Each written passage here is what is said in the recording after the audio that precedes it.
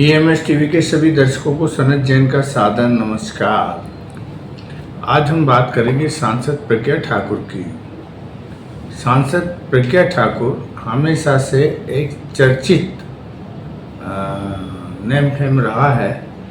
जो हमेशा अपने कार्यों के कारण पूरे देश में एक आक्रामक तेवर के रूप में जाना जाता था। 2008 में मालेगांव में एक बम ब्लास्ट हुआ था और उस बम ब्लास्ट में काफ़ी लोग मारे गए थे और ये आरोप था कि जो बाइक थी जिसमें ये बम ब्लास्ट हुआ था वो प्रज्ञा ठाकुर जी की थी और जो लोग इसमें मरे थे वो एक मस्जिद के पास ये विस्फोट हुआ था और उसमें इनके एक सहयोगी भी मारे गए थे और जिसको लेके ये मामला बड़ा तूल पकड़ा। इसकी जांच NIA ने की और जांच करने के बाद कई वर्षों तक प्रज्ञा ठाकुर जेल में बंद थी। लेकिन जैसे ही 2014 में केंद्र में भारतीय जनता पार्टी की सरकार आई, उसके बाद से फिर इन्होंने अपने कैंसर का बहाना बना के या कैंसर का रोग बना के और जेल से अपनी बीमारी को लेकर इन्होंने जमानत ली और जमानत के बाद फिर कोर्ट की कार्रवाई बहुत धीमी गति से चलने लगी, जांच भी प्रक्रिया भी धीरे हो गई और इसी बीच इन्हें सांसद बनने का टिकट भी भोपाल से मिला और ये चुनाव जीत भी गई और भारतीय जनता पार्टी की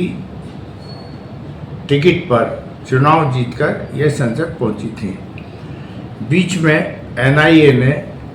यह भी कहा था कि ये मामले में बहुत ज़्यादा सबूत नहीं है और मामला वापस लेने का आवेदन भी विशेष कोर्ट में किया था, लेकिन कोर्ट ने उसे स्वीकार तब नहीं किया था। उसके बाद ये मामला चल रहा था।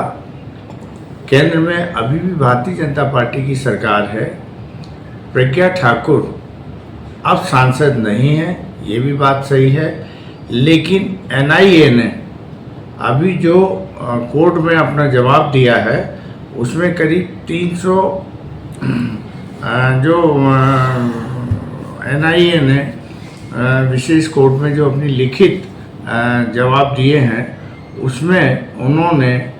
प्रज्ञा सिंह ठाकुर को फांसी देने की मांग की है। अब इसको लेकर देश में बड़ी तीखी प्रतिक्रिया हो रही है और कोई लोग ये कह रहे हैं कि NIA ने फांसी की मांग इसलिए की है ताकि कल को केंद्र सरकार और भाजपा के ऊपर यह आरोप ना लगे कि उन्होंने प्रज्ञा सिंह ठाकुर को बचाने का काम किया है। लेकिन जो 8 तारीख को फैसला आएगा तो उसमें प्रज्ञा सिंह ठाकुर को शायद सबूतों के अभाव में निर्दोष घोषित किया जा सकता है, यह भी बात कही जा रही है। NIA ने 328 गवाह इस मामले में तैयार किए थे। उनमें से जो महत्वपूर्ण गवाह थे वो 32 गवाह जब ये सांसद थी और जब कार्रवाई चल रही थी उसी दौरान ये गवाह बदल गए और गवाह बदलने का सबसे बड़ा लाभ प्रज्ञा सिंह ठाकुर के पक्ष में गया है और ऐसी संभावना दिख रही थी कि 8 मई को जो विशेष कोर्ट फैसला करेगी उसमें ये निर्दोष मुक्त हो सकती हैं। तो इसको लेकर देश भर में कोई बहुत बड़ी क्रिया प्रतिक्रिया ना हो, तो यह भी कहा जा रहा है कि NIA ने जो फांसी की मांग की है वह एक दिखावा के तौर पे है, लेकिन चूंकि गवाह बदल गए हैं, सबूत नहीं है और NIA पहले भी एक बार कह चुकी कि ये मामला हम वापस लेना चाहते हैं, तो इन सब का लाभ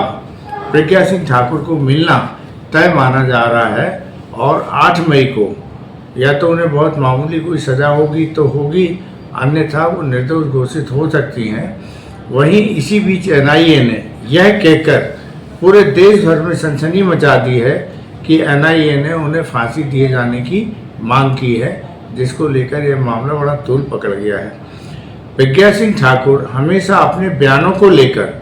चर्चित रही हैं। उन्होंने लोकसभा में नाथूराम गोडसे को लेकर जो बयान दिया था वो भी बहुत चर्चा का विषय बना और प्रधानमंत्री नरेंद्र मोदी को आकर यह कहना पड़ा कि वह प्रज्ञा सिंह ठाकुर के बयान से सहमत नहीं है उन्हें बहुत दुख पहुंचा है और वह समय आने पर कोई कठोर कार्रवाई करेंगे। नाथूराम गोडसे ने महात्मा गांधी की हत्या की थी और प्रज्ञा सिंह ठाकुर नाथूराम गोडसे को अपना प्रेरक मानती हैं और प्रेरक मानते हुए उन्होंने नाथूराम गोडसे को आधार बनाकर अपनी पूरी राजनीति की आधारशिला रखी है और उनका भारतीय जनता पार्टी से प्रत्यक्ष जुड़ाव तो है ही है। अभी एक और नई बात सामने आ गई जब एनआईए ने ये कहा कि फांसी की सज़ा होनी चाहिए, तो इसको लेकर केंद्र में और संघ में भाजपा के राष्ट्रीय अध्यक्ष पद को लेकर एक दो फाड़ होने की स्थिति दिख रही है। तो ये कहा जा रहा है कि नरेंद्र मोदी और अमित शाह अपने किसी समर्थक को भाजपा का राष्ट्रीय अध्यक्ष बनाना चाहते हैं और संघ किसी और को बनाना चाहता है। इसको लेकर दोनों के बीच में जो रस्साकसी चल रही है, उस रस्साकसी को देखते हुए एक सरकार की ओर से संघ के ऊपर यह दबाव बनाया जा रहा है कि वो प्रज्ञा सिंह ठाकुर के मामले में सरकार के साथ कहीं ना कहीं सहयोग करें और भाजपा के राष्ट्रीय अध्यक्ष पद के लिए उनके द्वारा जो नाम प्रस्तावित किए जा रहे हैं उनमें से किसी एक नाम को चुन लें।